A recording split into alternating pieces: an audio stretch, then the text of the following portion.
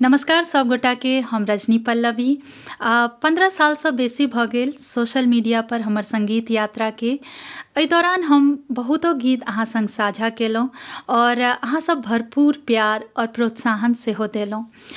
पहिल बेर एहन भऽ रहल अछि कि हम कोनो गीत रिलीज करऽ जा रहल छी और बहुत नर्वस छी। एहि 12 तारीख के शुक्र दिन हम एकटा नव और बहुत विशेष गीत के संग आबि रहल छी। ई गीत हमरा लेल बहुत मायने रखैया और एहि गीत से हमरा बहुत बेसी उम्मीद अछि और शायद एहि दुआरे हम बहुत नर्वस छी।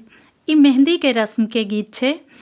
ओना तऽ मेहंदी के रस्म मैथिल विवाह के हिस्सा नहीं छै, लेकिन आब एहन कोन मैथिल विवाह छै जेमे कि ई रस्म नहीं होइ छै। चूँकि ई मैथिल संस्कार के हिस्सा नहीं छै, एहि दुआरे अपन दादी या नानी के कहियो मेहंदी के गीत गबैत नहीं सुनने रहियन। तऽ मैथिली में मेहंदी गीत के बहुत अभाव बुझाइ छलै। हम जखन कखनो कोनो मेहंदी में जाइ छलियै तऽ ओतऽ लोग सबके हिंदीए गीत पर डांस करैत देखै छलियन हैं। तऽ एहि बात के चर्चा हम एक बेर श्री उमाकांत झा बख्शी जी लग केलियन और हुनका ई आइडिया बहुत पसंद एलनि। तखन ओ एहि मेहंदी गीत के रचना केलखिन। एहि गीत के आखर आखर मोती छै। कोना मेहंदी में घर में हर्ष उल्लास के माहौल रहे छै। एहि दौरान लड़की के मोन में कोन कोन तरहक भाव उत्पन्न होइ छै। कोना एक लाल रंग लड़की के जीवन में परिवर्तन आनि दै छै। जखन अहाँ ई गीत सुनब तऽ अपने अप्रिशिएट करब। बख्शी जी एहि गीत के 2017 में ही लिख देने छलखिन। हमरा लेल ई एक चुनौती छला कि जते सुंदर ई गीत लिखल गेल छै ओतबे सुंदर हम एमे धुन दऽ सकिए और इहो बात के ख्याल राखऽ के छला कि गीतक धुन डांस के लेल सेहो उपयुक्त होय। तऽ 4 साल के प्रयास के बाद हम एहि गीत के तैयार कऽ लेलहुँ। फेर भेल जे गीत एते सुंदर छै तऽ एकर प्रेजेंटेशन एकर वीडियो सेहो ओतबे सुंदर हेबाक के चाही। तऽ पहिल बेर हम कोनो वीडियो के लेल प्रोफेशनल के इन्वॉल्व केलहुँ और वीडियो में पूरा मेहंदी के सीन क्रिएट कैल गेलै। कियो दुल्हन बनलखिन, कियो दुल्हन के माँ बनलखिन, कियो दुल्हन के सखी सहेली सब बनलखिन। 2500 से बेसी मिथिलानी भोर से राति तक लागि कऽ एहि वीडियो के पूरा केलखिन।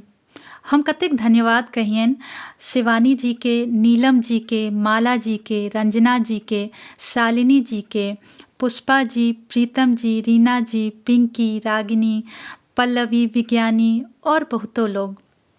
हम बस एते कहै छी कि बिना हिनकर सबके सहयोग के ई प्रोजेक्ट संभव नहीं छलै और एहि कारण से सेहो हम एहि रिलीज के विशेष कहि रहल छी, कियाकि एहिसँ पहले हमर कोनो गीत में अते लोग के कंट्रीब्यूशन नहीं रहे छलनि हैं। तऽ हमरा पूरा विश्वास अछि कि हमर सबके सम्मिलित प्रयास के असर अहाँ के गीत के ओवरऑल क्वालिटी में नजर आयत, फिर चाहे ओ लिरिक्स हुए, गीत के धुन हुए या फिर वीडियो। तऽ ई गीत 12 तारीख शुक्र दिन साँझ 7 बजे में हमर यूट्यूब चैनल पर रिलीज हैत और यदि अहाँ हमर चैनल सब्सक्राइब नहीं केने छी तऽ जरूर कऽ लिअ। लिंक हम एहि वीडियो डिस्क्रिप्शन में दऽ रहल छी। एहिसँ जखन गीत रिलीज हेतै तऽ अहाँके नोटिफिकेशन भेट जायत।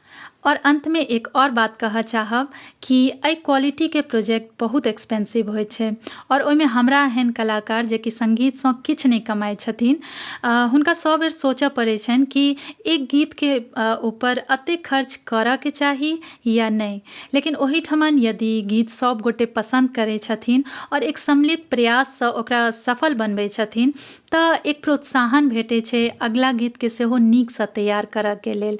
तऽ हमरा पूरा विश्वास अछि कि हमर काज अहाँके निराश नहीं करत और अहाँके सहयोग हमरा जरूर भेटत। धन्यवाद।